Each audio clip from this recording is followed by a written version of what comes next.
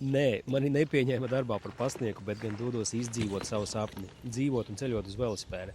Šis būs aptuveni 2 mēnešus un 3000 km garš velobrauciens caur Latviju, Igauniju, Somiju un Zviedriju. Aši gan vēl jāpiestāj kafē Vego, jo kafejnīcas saimnieks Nauris vēloties man ko iedot. Tev iedosim 6 batoniņus. Paldies! Jēziņ, paldies, Nauri! Šito nerādīšu kamerai. Tev ir kāds novēlējums varbūt man? Izbaudi. Ko tu daudz dodos baudīt arī. Prāts jau izgudro visādus brīnumus, kāpēc šis nesanāks un kāpēc būs grūti un kāpēc labāk vispār mest ripā un doties mājās. Bet tai balsī galvā vispār drīkst arī neticēt tādēļ.